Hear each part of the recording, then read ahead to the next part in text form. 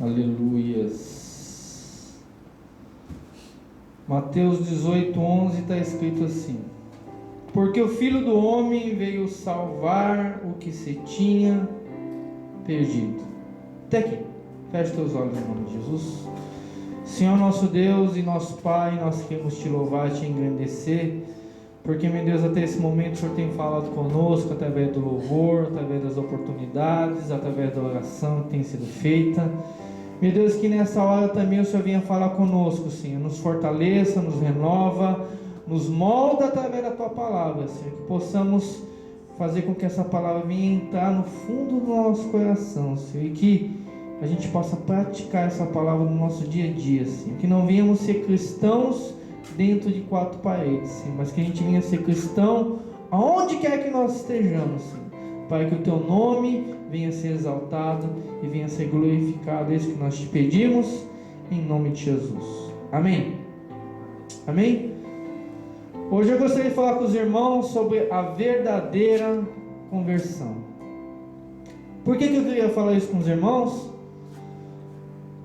Porque a gente tem saído em alguns lugares, ouvido algumas pregações, inclusive ontem eu ouvi algumas coisas que preocupam um pouco a gente, porque até mesmo líderes e pastores parece que não sabem o que é uma verdadeira conversão. Muitos acham que a verdadeira conversão é a pessoa no final de um culto e o pastor fala: quem quer aceitar Jesus Cristo, vem aqui na frente que eu vou orar por você. E a pessoa vem, faz a oração, já é convertida a Cristo. Parece que é fácil assim, parece que é simples assim, mas não é, gente. A gente vê muitos pastores, pregadores se vangloriar: eu fui em tal lugar, preguei e 500 pessoas aceitaram Jesus. Eu fui e preguei, 1000 pessoas se colocaram aos pés de Cristo. Eu fui e preguei, 5.000 pessoas se converteram. Mas eu não creio que é tão fácil assim. E a gente vai ler mais para frente esse versículo. Está escrito lá em Atos 2 que desceu o Espírito Santo sobre a igreja no Pentecostes, não é assim? Todo mundo conhece a passagem. E os outros começaram a ver aqui e falaram: o que está acontecendo? A gente está ouvindo eles orar, glorificar Deus na nossa língua, e eles são galileus. E teve gente zombando: não, está tudo bêbado, está tudo embriagado, por isso que eles estão desse jeito. E quando falaram isso, diz que Pedro se levantou e falou: irmãos, esses que vocês estão vendo aqui, eles não estão embriagados. Aí ele começou a contar toda a história de Jesus. E depois que Pedro pregou, a Bíblia diz que 3.000 almas se converteram. Mas a gente tem que entender o contexto do que está escrito nesse texto. Porque senão a gente pensa que a gente vai pregar em algum lugar e todo mundo que levantar a mão aceitar Jesus já é tudo convertido. E não é verdade isso. Naquela época que Pedro pregou, existia perseguição tremenda da igreja, dos cristãos. Aqueles 3.000 que converteu, eles estavam colocando a vida deles em jogo naquele dia. Não é simplesmente levantar a mão: eu quero aceitar Cristo, como faz hoje. Não, eles estavam arriscando a vida deles. Eles podiam morrer naquela hora, porque estava todo mundo contra os cristãos naquele tempo.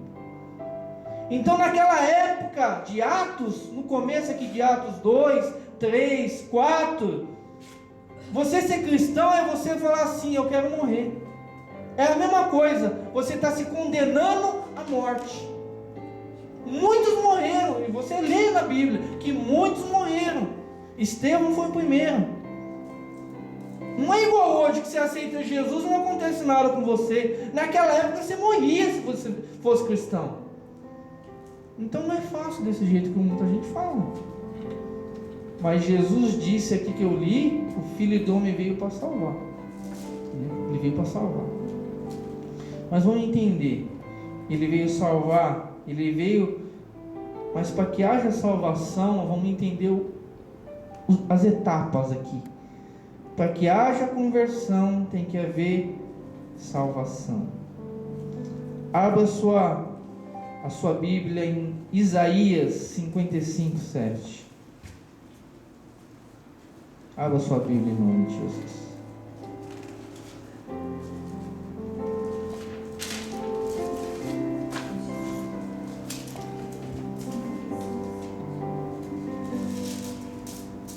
O que é conversão? Isaías 55:7 está escrito. Amém? Todos acharam? Isaías 55:7 está escrito assim: deixe o ímpio o seu caminho. É o que a gente ouviu aqui nas oportunidades.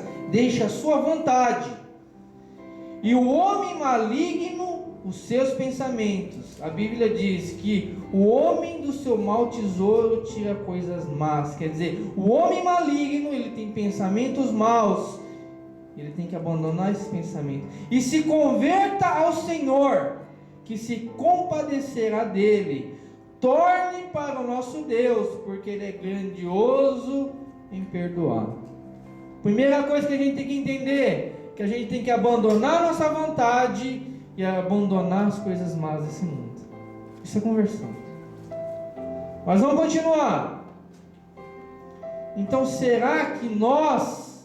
Isso é para você pensar. Será que nós somos convertidos a Cristo? Será que a gente é convertido a Cristo? Ah, pastor, eu estou na igreja, pastor. Ah, pastor, eu tenho uma Bíblia, pastor. Ah, pastor, eu oro na igreja, pastor. Ah, pastor, eu louvo na igreja, pastor. Ah, pastor, eu prego na igreja, pastor. Mas vamos ver então se a gente é convertido de verdade. Mas tem que ser uma conversão de acordo com o que está na Bíblia. Para que haja conversão, primeiro o que tem que acontecer? Romanos 10:13. Abra sua Bíblia.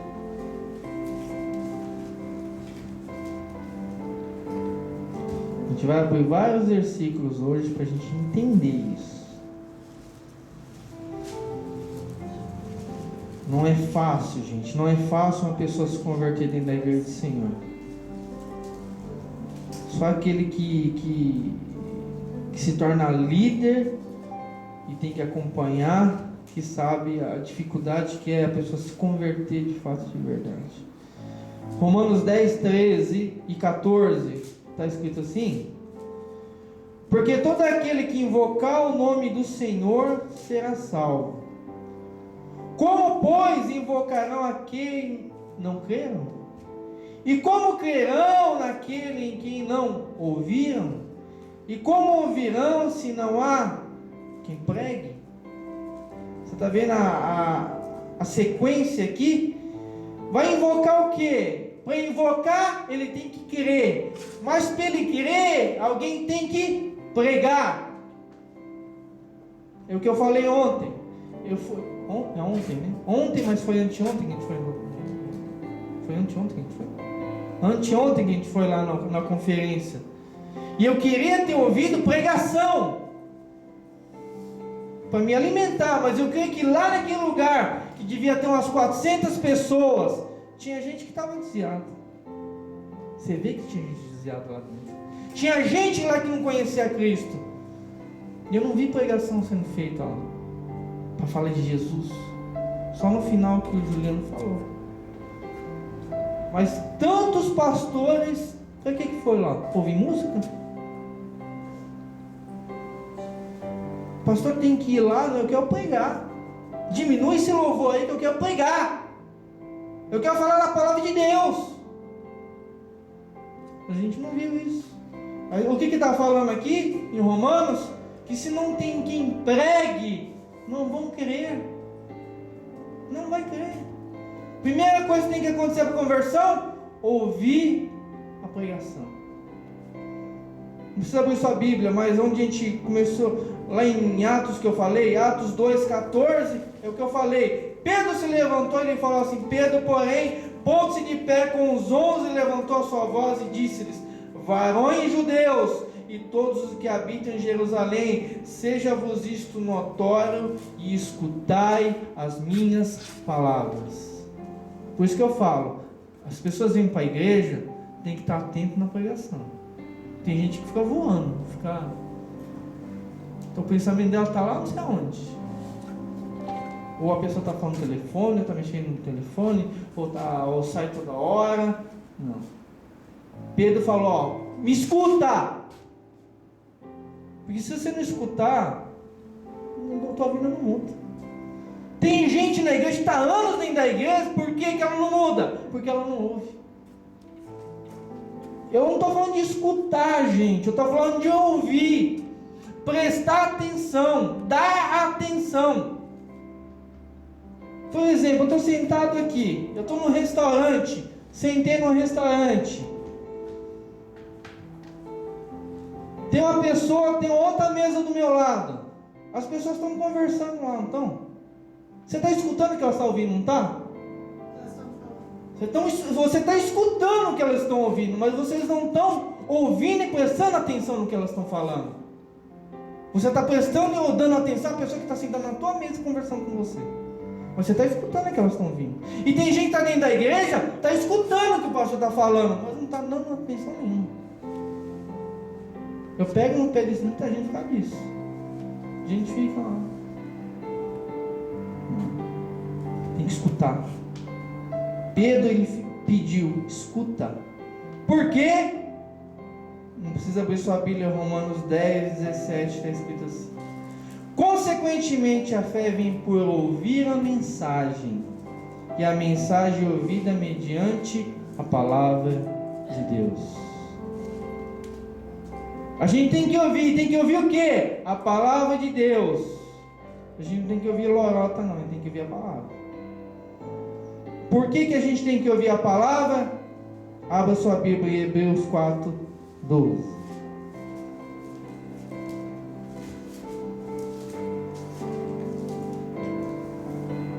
É um processo, gente. Conversão é um processo. Conversão não é um passe de mágica.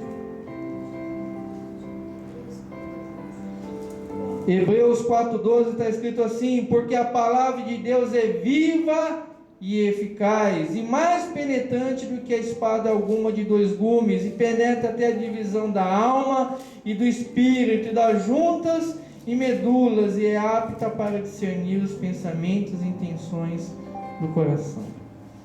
A palavra de Deus por si só, ela é viva e eficaz. E a gente vê tanta gente pregando e faz uma força para as pessoas receber a palavra de Deus.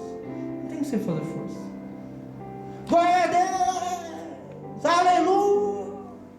Louvado seja. Não precisa disso, gente. Pregar normal.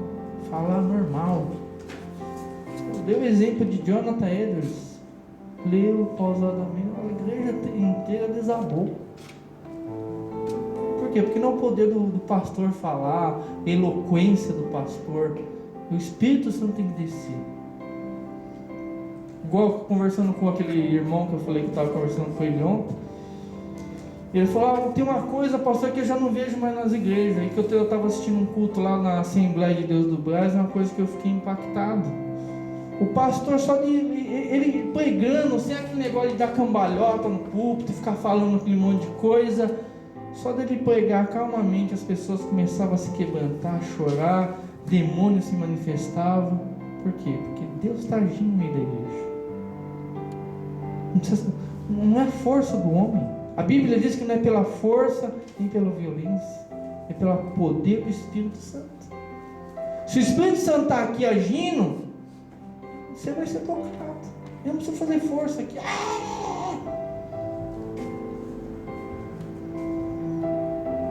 Primeira coisa, ouvir a pregação. Segunda coisa, a gente vai ser tocado pela palavra de Deus. Vai lá em Atos 2,37.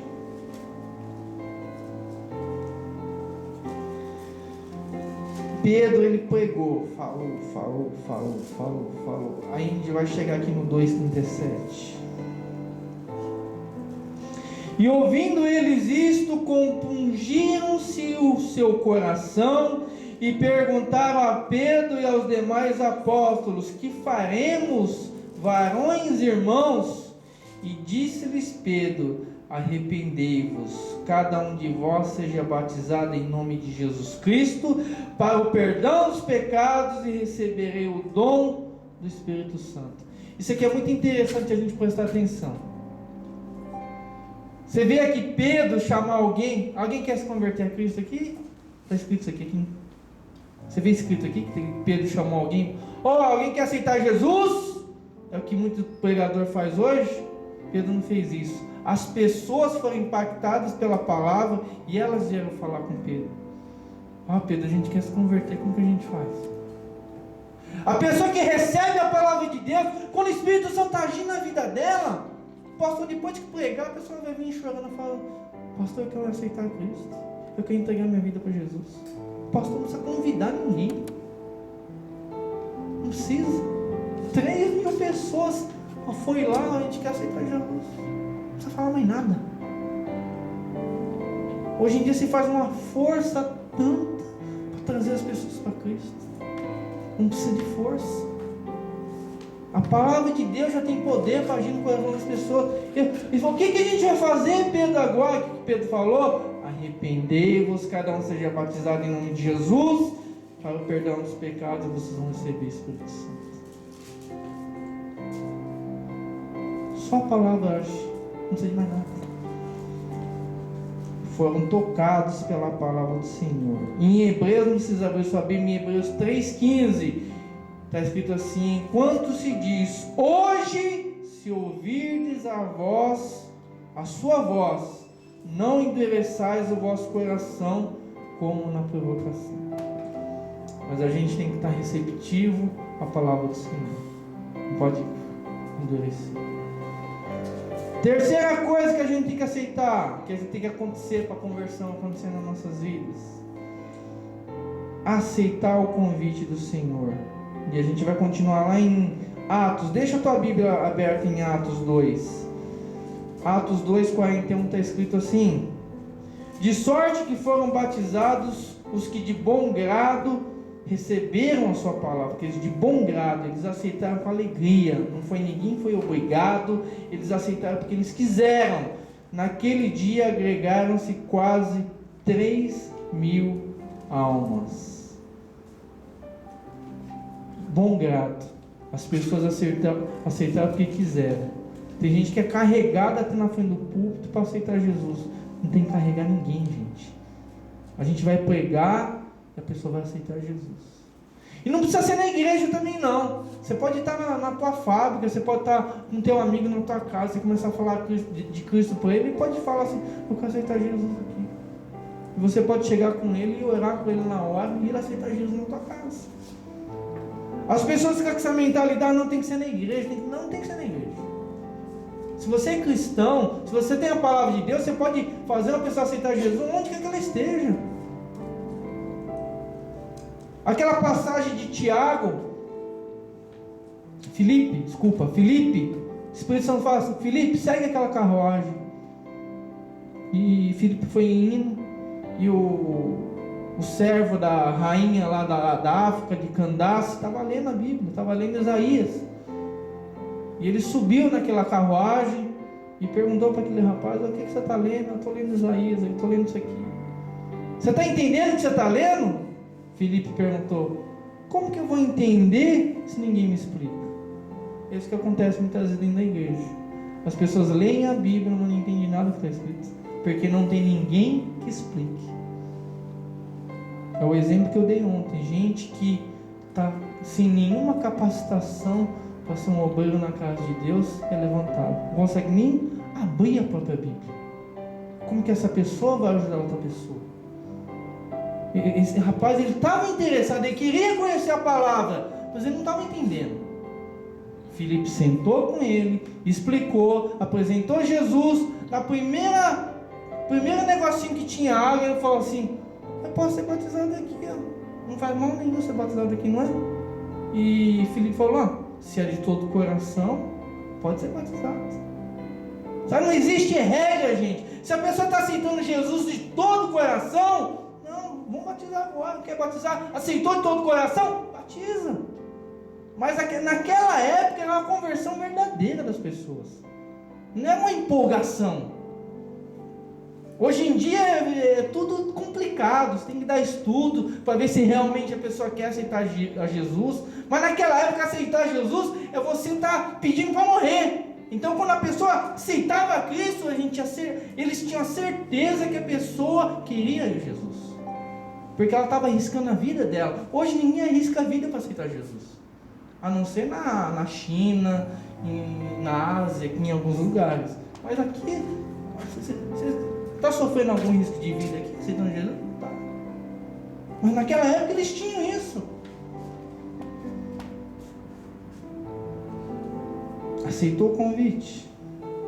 Qual que é o próximo passo? Vamos para Atos 2,42. Olha na sua Bíblia que está escrito. E perseveravam na doutrina dos apóstolos e na comunhão e no partir do pão e nas orações. A pessoa primeiro, ela vem, ouve a palavra de Deus, recebe a palavra de Deus no coração, quer se converter, aceita Jesus, começa a vir na igreja. Mas como que a gente vai saber se ela realmente está se convertendo? É isso que a gente leu aqui. Perseverava na doutrina dos apóstolos. Primeira coisa, a pessoa que quer se converter, a palavra que ela está recebendo dentro da igreja, ela vai seguir. O pastor fala, se esforça para vir para a igreja, a pessoa vai se esforçar para vir à igreja. O pastor fala, se esforça para ler a Bíblia, a pessoa se esforça para ler a Bíblia. Se esforça para orar, a pessoa vai lá e se esforça para orar. Se esforça para falar de Jesus para outras pessoas, a pessoa se esforça e vai falar de Jesus para outras pessoas. O rapaz aqui, ele nem aceitou Jesus ainda, o Aquila, mas ele já trouxe gente para a igreja. É natural, gente, isso. Eu não mandei trazer ninguém na igreja, mas é natural. Ele se sente bem aqui, e ele fala, vou trazer também meu primo aqui. É natural. Eu não preciso ficar, irmão, traz gente da igreja, irmão, traz... Tinha igreja que só faltava acorrentar as pessoas para elas fazerem para obedecer ao pastor. Tem que ser natural. Perseverava na doutrina. Perseverar o que é? Insistir. Vai. E na comunhão. Comunhão é isso aqui. Está dentro da igreja. Está junto com os irmãos. Comunhão, você não tem comunhão sozinho. Você tem comunhão com outra pessoa. Não é assim? Tem gente que fala, não, eu vou ficar na minha casa. Não é comunhão. Tem gente, não, eu fico em casa. Não é, gente. Tem gente que gosta de assistir nisso, né? Está escrito aqui na palavra. E no partir do pão e nas orações. O partir do pão representava o quê? Só Ceia. E as orações, perseverava todo mundo junto, orando. O que a gente vê em tudo isso aqui? Eles praticavam o que eles ouviam. Eu estou observando a vida de vocês, eu estou vendo se vocês estão praticando o que vocês estão ouvindo aqui dentro. Porque quando não está praticando, eu pego a pessoa e vou sentar. Você pode ter certeza. Eu sou chato nessa parte. Se eu vejo que você não está praticando, eu vou pegar no teu pé. Porque eu não quero que você fique participando do culto só, frequentando o culto só. Eu quero ver mudança na sua vida. E quando eu não vejo, eu vou sentar. Está acontecendo alguma coisa? Está com dificuldade com alguma coisa? A gente vai estar fazendo todo esse esforço para ajudar. Mas hoje em dia tem muito lugar que as pessoas tá largada dentro da igreja. E se está praticando, se não está, não tem importância nenhuma.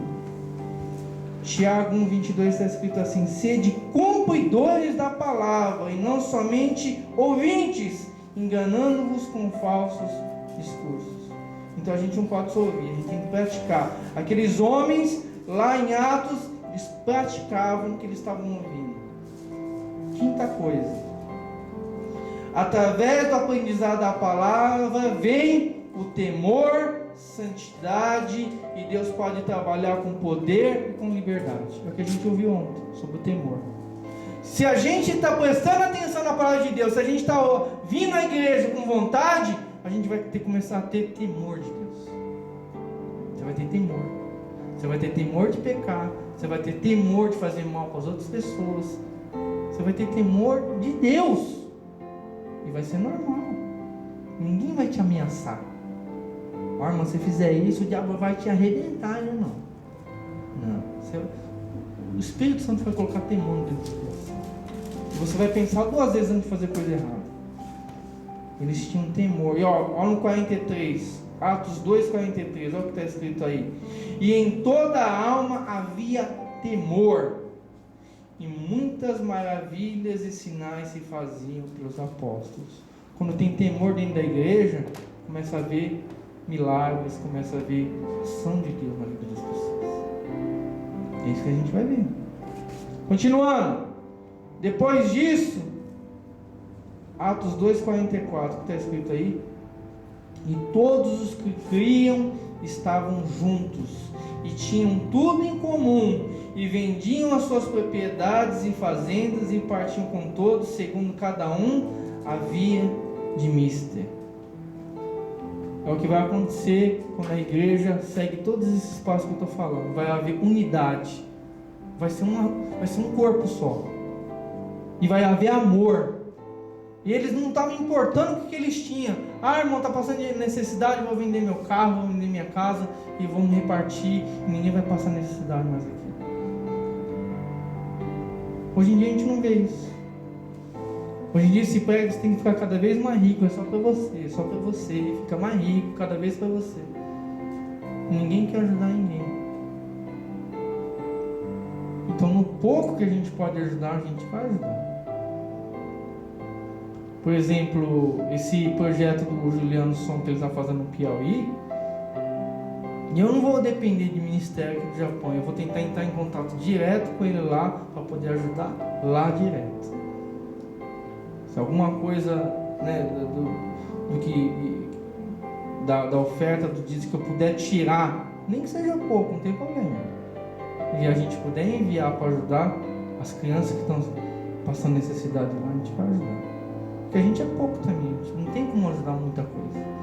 Mas o pouco já é muito para aquelas pessoas. Você vê que a água é marrom que eles tomam lá, gente. É marrom. Eles mostrou no vídeo isso aquele dia.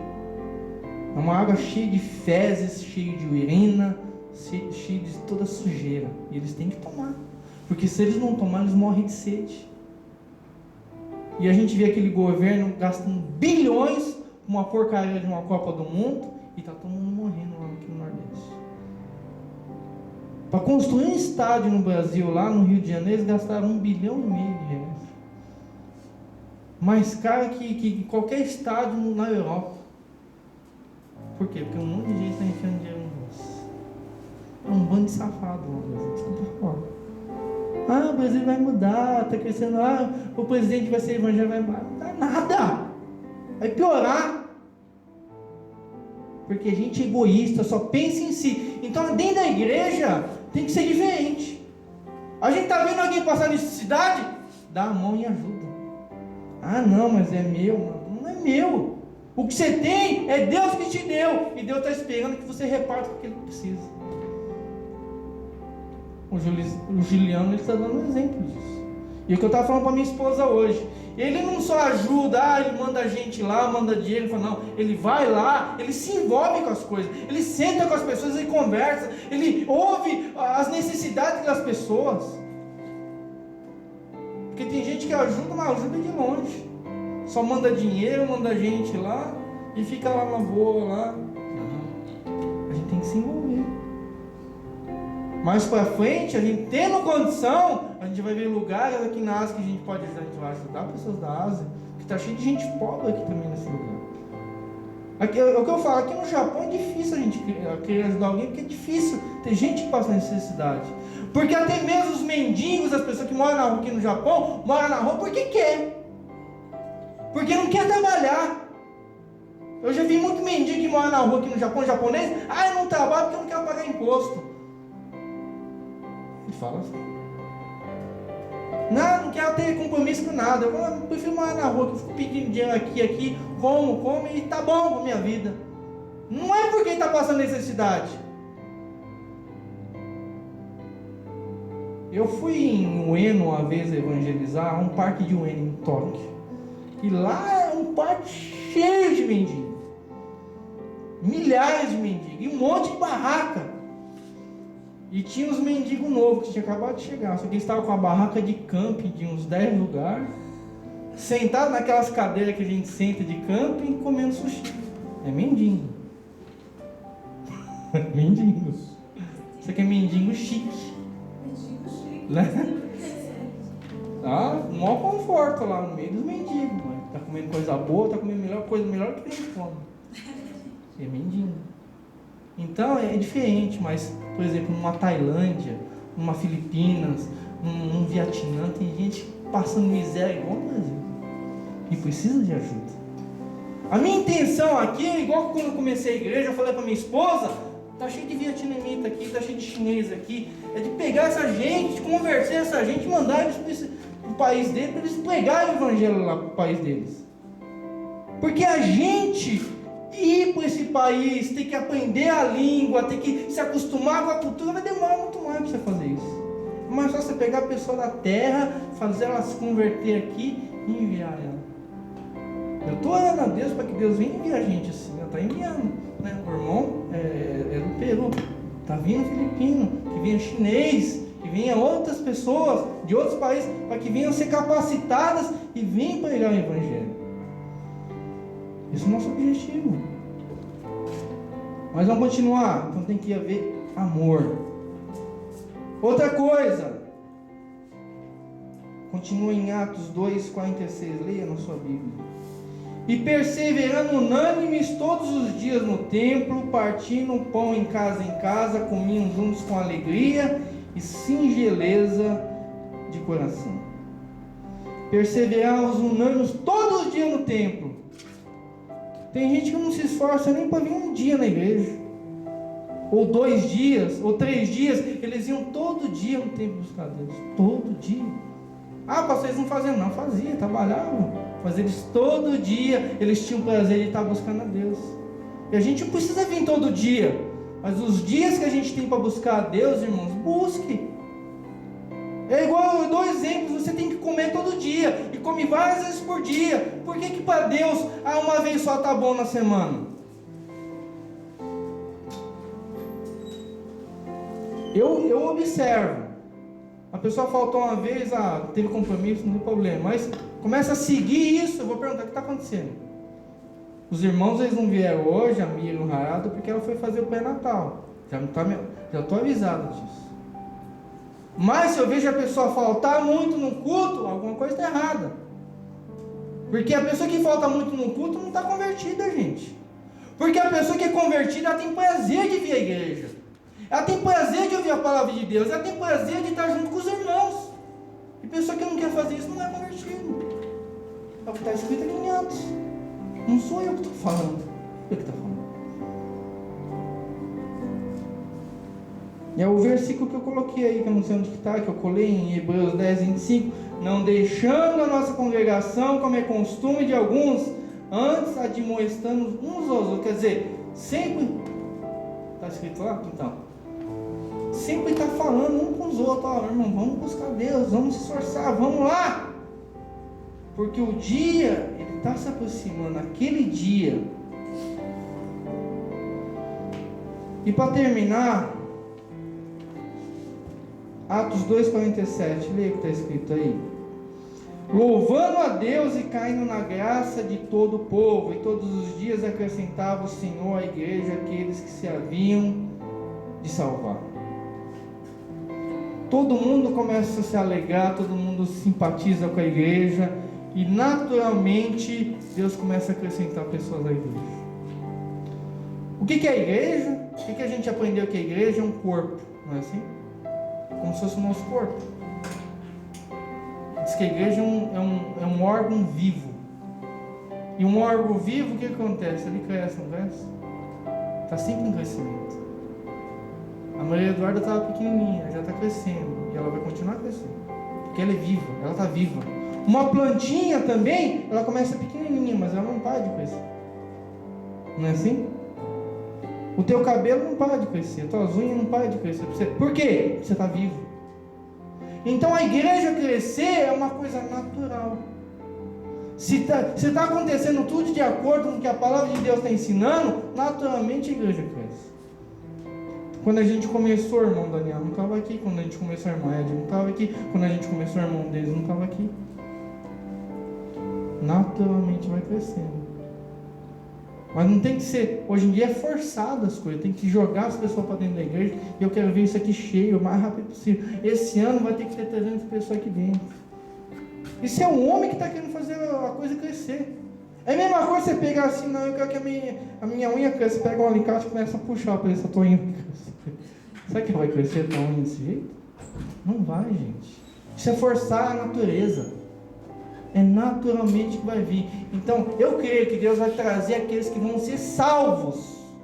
Não aqueles que querem vir brincar na casa do Senhor. Aqueles que vão ser salvos vão vir aqui e vão vir buscar Deus.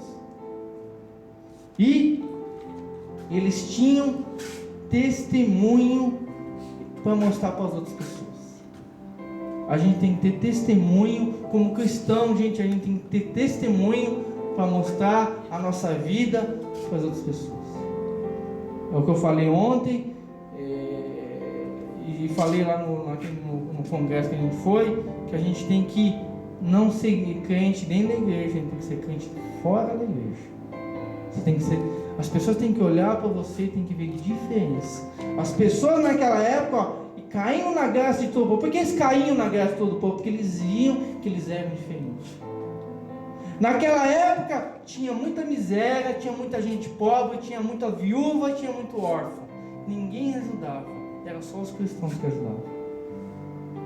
E eles não cobravam nada, eles não pediam nada em troca, eles faziam tudo com amor. E as pessoas olhavam e aquilo, nossa, essa pessoa é diferente. Isso que eles viam na vida daqueles cristãos naquela época. E isso que as pessoas têm que ver na nossa vida.